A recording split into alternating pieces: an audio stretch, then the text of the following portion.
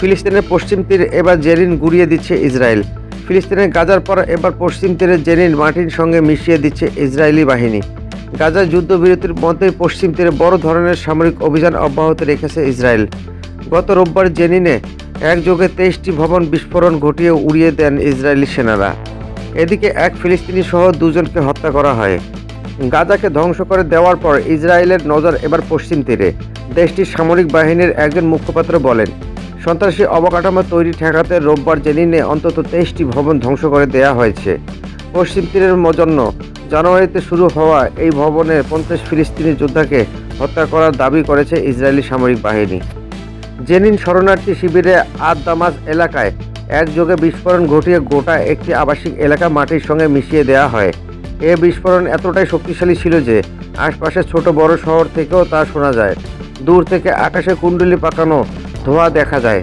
জেনিনে এভাবে ভবন ধ্বংসের ঘটনাকে নৃশংস দৃশ্য বলে মন্তব্য করেছেন ফিলিস্তিনের পররাষ্ট্র মন্ত্রণালয়। ইসরায়েলের বিরতিহীনভাবে ফিলিস্তিনিদের অবকাঠামো ধ্বংস করে আসছে। এরই ধারাবাহিকতায় রোববার একযোগে বিস্ফোরণ ঘটিয়ে গোটা আবাসিক এলাকা গুঁড়িয়ে দেওয়া হয়।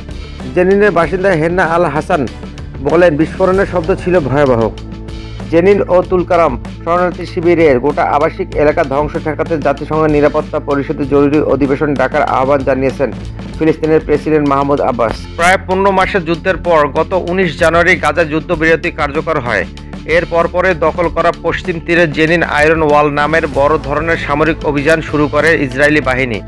এদিকে গাজায় দ্বিতীয় ধাপের যুদ্ধবিরতির আগে ইসরায়েল ও অন্যান্য দেশের সঙ্গে আলোচনার প্রস্তুতি চলছে বলে জানিয়েছেন যুক্তরাষ্ট্রের প্রেসিডেন্ট ডোনাল্ড ট্রাম্প। স্থানীয় সময় গত রোববার তিনি বলেন, মধ্যপ্রাচ্য নিয়ে ইসরায়েল ও অন্যান্য দেশের সঙ্গে আলোচনার প্রস্তুতি চলছে।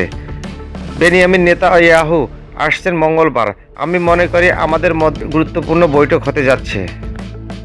এছাড়া নেতানিয়াহুর দুর্নীতির বিচার প্রভাবিত করার অভিযোগে ইসরায়েলের ফার্স্ট লেডি সারা নেতানিয়াহুর বিরুদ্ধে তদন্ত শুরু করেছে দেশটির অ্যাটর্নি জেনারেল দপ্তর।